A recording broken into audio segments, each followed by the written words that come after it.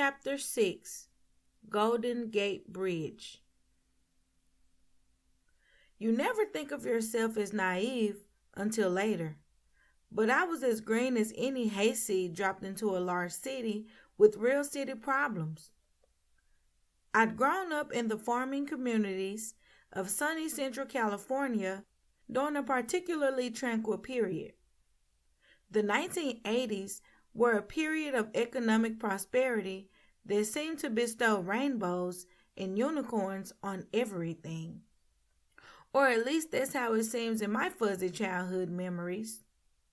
I do remember elementary school and our social studies classes where we learned about slavery, racism, and the civil rights movement. It was presented as a fait accompli or a done deal. There were bad people in the past that had slaves. Then there was a war to free those slaves. There were other races back in the 1950s, but in the 60s, it was all fixed after some marches and some singing. This simplified view wasn't challenged or corrected in later studies, and since there was only a token black population in town, there was no obvious evidence to the contrary, or at least not obvious to an 8-year-old. As I got older, we moved to an even smaller community in California foothills. We didn't have cable television, traffic lights, or even a gas station open past 9:30 p.m. The lack of diversity seemed to be just a given. There was a black family in our county, and everyone seemed to like them just fine. But they lived clear across the county, so who knows what they really experienced. My friends and I couldn't even watch music videos or buy a new cassette without leaving the county. So what did we know, or frankly care, about racial disparities? We were too ignorant to even know what we didn't know. I just wanted to get out and see the world, literally. That was the only dream I really had, to travel. So I started that journey by applying to colleges all over the southern United States. I knew I didn't like the cold weather, and I knew I wanted to leave California. Luckily for me, my parents knew better. They were more worldly and well-traveled than most of my friends' parents. So, instead of the current tradition of smothering your child or following them to college, they encouraged me to explore. When the acceptance letter came from Memphis State University, we packed up for a parents' weekend in July and headed east. While I was settling into the massive 10-story dormitory and encountering varying degrees of culture shock, Hunter was across town on Sutton Place fighting with his mother again. Once she had opened the faucet of vinegar and resentment, that tap never turned off again. Within a few months, Belle had married again, secretly. While she married him locally, he never moved into the new house with Belle and her son. He remained at his home in Alabama. He owned a small bra company. Few people even knew that Belle had married for a 5th time. Of course, Hunter knew. Hunter knew because she threw it in his face almost every day, as she reminded him that since he wasn't blood kin, she could just as easily pick up and move to Alabama anytime.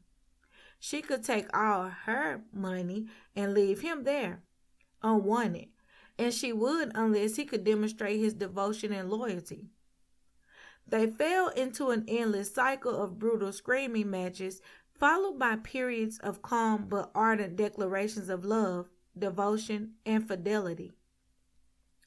It was like a marriage made in hell, but as long as Belle remained appeased, Hunter could continue to live at home and she could continue to financially support him. After a time, her 5th husband wasn't her 5th husband anymore, but even fewer people knew when she divorced.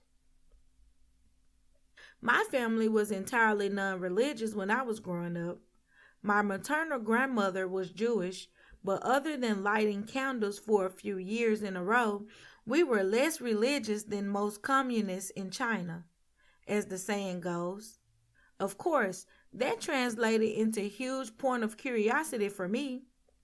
Growing up, I'd tag along the services at the Methodist, Mormon, and other churches of my friends. It seemed so important to them, so I wondered why religion wasn't important to me. I had no personal connections to any of those religions. Judaism, well, that was actually in my family. So, when I arrived in Memphis and discovered that there was a sizable community, I decided to check into it.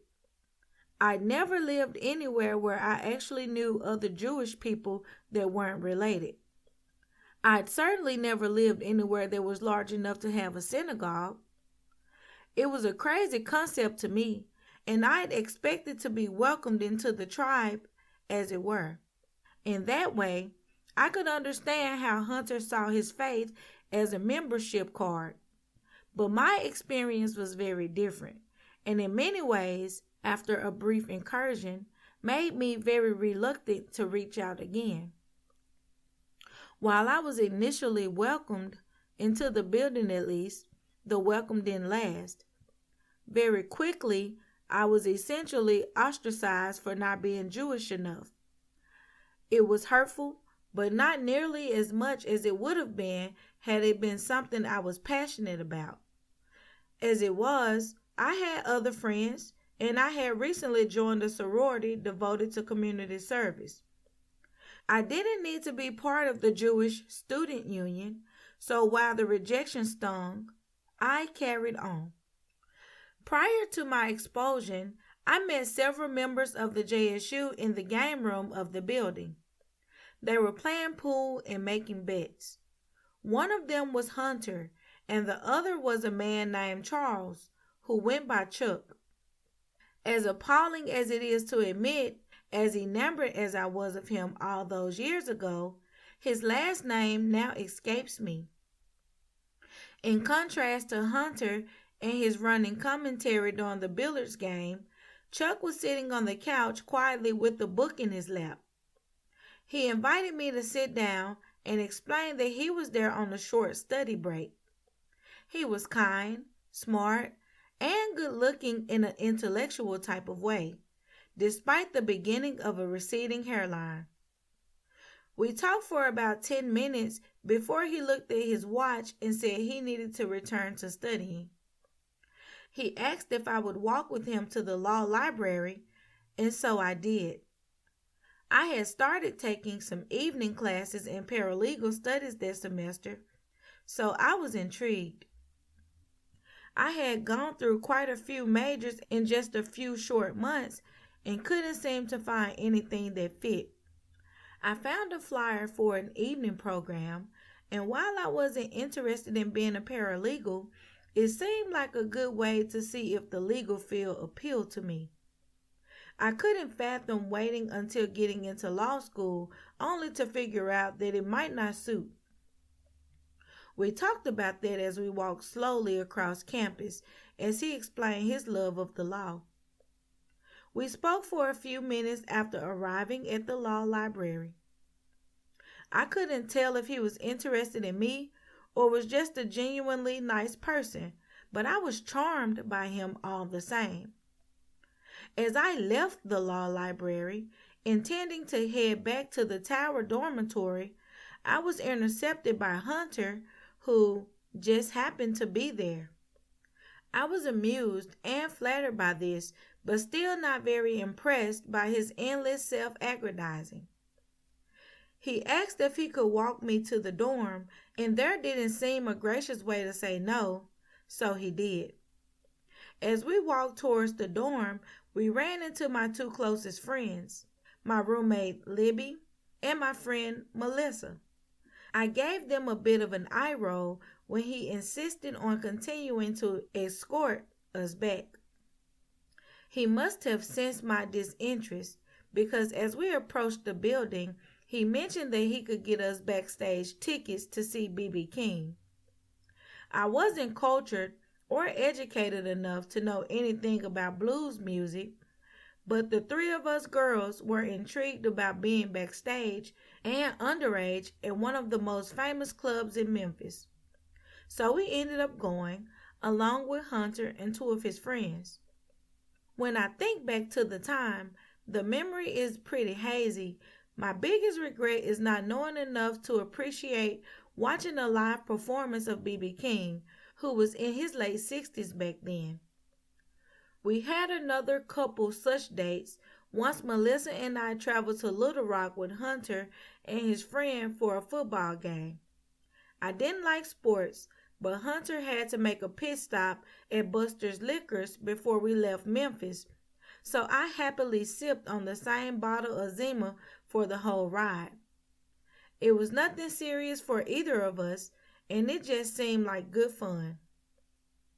I still visited Chuck at the law library on occasion, and he remained as sweet, funny, and charming as ever. He seemed to be flirting with me at times, but whether it was his innate shyness or my lack of pedigree, he never got around to asking me out.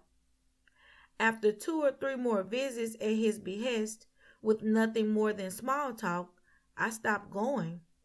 A girl needs some encouragement after all. Since Chuck seemed content to stay in the law library, I agreed to go out with Hunter. He was attractive, if egotistical, but he seemed to know how to make up for it with witty conversation. He also seemed to make a genuine attempt to connect with me on an intellectual level. I know now that that's part of the sociopath playbook, but at the time, I was charmed by his efforts. I had never been verbally assaulted in such a gentle fashion. Then again, I had never really been verbally assaulted before, either. Californians may not have the reputation of gracious hospitality, but Californians were not brutes, either. The average person was open, friendly, and considerate. Miss Barron was most decidedly not. I had been on a few casual dates with Hunter, but now he invited me to dinner at his mother's home. The initial salvo began after the introduction with her saying, "Why, I don't think I know your people. They must not be much," in her soft southern drawl. It didn't seem to occur to her that as a native Californian, the expectation that she might know my people was a little ridiculous. But I was young, naive, and taught to be respectful to my elders, so I was completely defenseless. I was also taken aback. The idea of sarcastic reply was beyond me. Of course, if I had, I might have pointed out that my father ran a Fortune 500 company and had been featured in the magazine of the same name. So how's that for my people?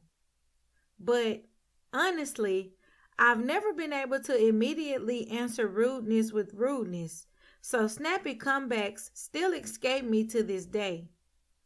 I was also much less versed in literature back then, or I would have laughed out loud at good old Blanche Dubois holding court in regal fashion with all of her pretensions.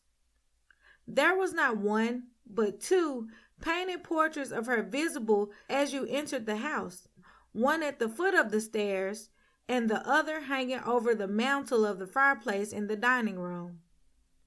She was dressed as Lady to the Manor born, and the long dining table would have easily seated 12. The table was set with 3 formal place settings at one end and another lonely setting at the far end. That sad, lonely, distant setting was to be my Siberia for the long, painful meal that followed. She, Hunter, and husband, number 6, of whom I don't think any of us can recall, sat at one end. She would volley comments and questions in my direction, and in my earnestness, I tried to answer them directly. Of course, for some things, there is no answer. "She's not as pretty as the other one," was one of those grenades. That Kristen, now she's not Jewish either, but I like her better, was another. I could only sit in silent mortification and try to choke down a meal of salmon croquettes, followed by a small sliver of veal, and wish myself invisible. I didn't have the confidence I do today, where I would have called myself a taxi and walked out. Of course, today, I could do that with an app on my phone without saying a word. Hunter didn't seem to notice the awkwardness, or more likely just ignored it since it didn't directly affect him. Husband number 6, Jerry, I think, only spoke at irregular intervals and with her permission, it seemed. He looked at me with compassion in his eyes, and I seemed to sense that I was witnessing a larger pathology at work.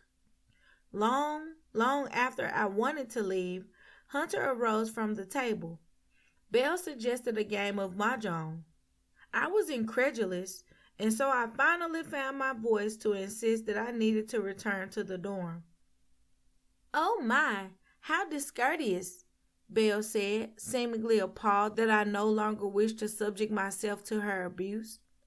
I was silent in the car on the ride home, yet incredulous when Hunter told me just as we arrived back on campus that he couldn't see me anymore since I wasn't Jewish.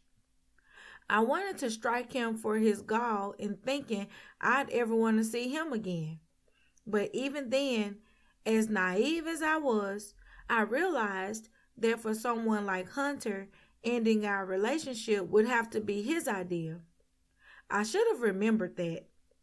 It would have saved me a lot of pain later. As it was, I threw myself into my sorority. I come from a family of boys, so I never had the closeness of sisters. Now I had too many sisters to count, and I was the little sister to them all. We performed community service and organized social events. I spent a lot of weekends at the Crystal Palace learning to roller skate, practicing for step shows, and socializing with my sisters. By my sophomore year, I was finally discovering what would become my passion. It wasn't the law, though I like writing about crime and punishment. Among other things, it was journalism. With that in mind, I began applying to other schools. I didn't bother to apply to Memphis State because I wasn't quite ready to face a guidance counselor or someone else pointing out that I didn't have the best record in regard to grammar or syntax. My roommate was an English major, and while she talked about things like gerunds, I just wanted to write. When I was accepted to school in Toronto, I gladly went. It fulfilled both of my goals, travel and journalism. It was one step closer to being like my newly anointed hero, Ernest Hemingway. I closed the door on Memphis when my dad picked me up to drive me north to school. I didn't open that door again for 2 decades.